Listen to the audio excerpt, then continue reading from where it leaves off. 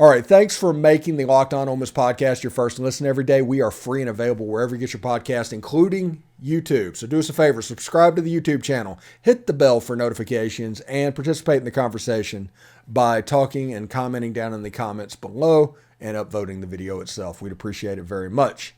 Anyway, we are going to start talking about our transfer spotlight, and we are going to pay attention to the defensive backs room at the moment. There's 3 players that we are looking at that is popping over the Twitter sphere that either have Ole Miss offers or we're wondering if they're going to get Ole Miss offers. Okay. So the first one we're talking about is going to be Kenneth Harris. He is a defensive back, cornerback out of Arkansas State. He is a sophomore this year, so I guess that'd be junior, senior. That'd be 2 years of eligibility. He is a true corner, had 10 pass breakups this season, had 1 interception for 4 yards. Tackles-wise, ended up for 36 on the season. Looked like he played most every game this year. And we'll see exactly how that goes on. Had 2 picks his COVID year. I'm not 100% sure. Schools are doing this like freshman, redshirt, freshman type deals. So I'm assuming they mean COVID years at the moment. But he looks like a good player. He's a true corner. And we talked about whenever DeAndre Prince came back and you had Davis Nigmanosin, all of a sudden you were looking for somebody to replace Miles Battle. You weren't necessarily looking for somebody to replace DeAndre Prince or Davis Nigmanosin. You were looking for depth because you have Markevious Brown. You have other players in that room. The young guys like Nick Cole and all that are in that room. So you're looking for a little bit of depth and to upgrade the talent portion of your roster.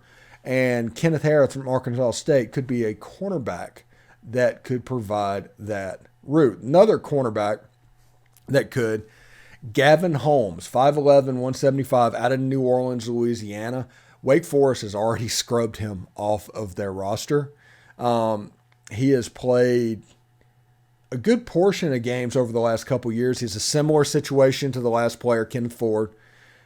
He has an interception, has a touchdown, pick 6 in 2020.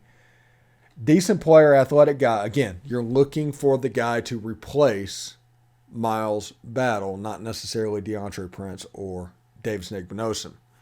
Those are cornerbacks that we're hearing about. Now, player that's a safety that we're hearing about is Antavious Lane from Georgia State. He's from West Palm Beach, Florida, but he's a 5'9", 180-pound defensive back. And you're like, whoa, Steve, you talked about physics problem. And it's like, I absolutely did. We'll have to see exactly how they could do this. But this kid is a really physical player. He kind of matches up really well to Ladarius Tennyson and that type of player.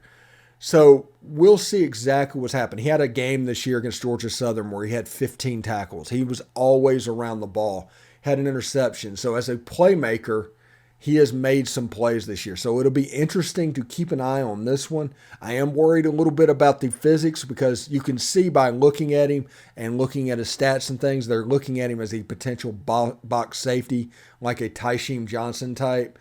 So we'll see exactly how this looks moving forward. But those are 3 players that I think that we might be hearing something about shortly, one way or another. But that's the defensive back room. We did the wide receiver room yesterday. Either later on this week or next week, we'll go into another position grouping. I think we still have edge left to do. But we'll keep it on the portal watch along with the high school recruiting. Not many players, but we are going to talk about them. And remember, segment 3 goes out at the end of the day every day. Now, the reason because of that is the average view time is below segment 3. So if you saw it already, I apologize. The segment 3 stuff needs to go back out because we want people to see that as well. So that is the reason we do that. Anyway, this has been a pretty quick show, pretty good show. But today, they'll have players available as they're going through bowl prep and they're getting ready for that and getting ready to go over to Houston, Texas for the Texas Bowl and all that's going to go on. Remember, that game's at 8 o'clock Central on ESPN on December 28th. The Tennessee game is at like 4 o'clock Central. So it's going to be Tennessee basketball and Ole Miss. Steve, Locked On Ole Miss pregame show. Texas Bowl, Locked On Ole Miss postgame show. That is going to be your December 28th plan. So we'll see exactly how that goes as well. So it should be pretty good. Anyway, today we had John Garrison. We talked about him and him already hitting the road, ground running regardless. Marcel Reed had a little bit of late drama potentially. I don't think that's going to happen, but it could happen. And we talked about 3 defensive backs that maybe you should pay attention to in the transfer portal. So we got a lot of stuff going on, really. A lot of stuff going on. We're going to cut this short because we don't want to keep you too long and just use your time to use your time. So thank you very much for tuning in. And also thanks for making the Locked On Ole Miss podcast your first listen today. For your second listen today, check out Locked On Sports Today. From the games that matter the most to the biggest stories in sports, go beyond the scoreboard and behind the scenes with local experts and insights only Locked On can provide.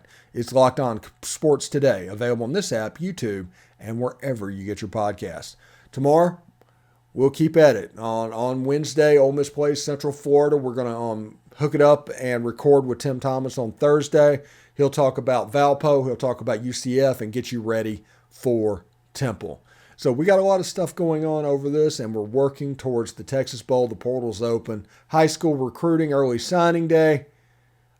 Lots of fun stuff over the next couple of weeks. I hope everybody enjoys their holiday break whenever that goes on, and please keep it locked in to Locked On Ole Miss, and I will see you tomorrow. Peace.